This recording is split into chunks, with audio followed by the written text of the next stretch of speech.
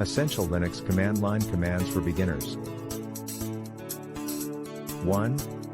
pwd, print working directory. Shows you the current directory you're in. Example, pwd. 2. ls, list files and directories. Lists the files and directories in the current directory. Example, ls. 3. cd, change directory.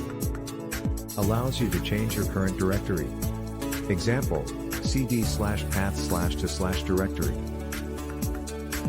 4. dir, make directory.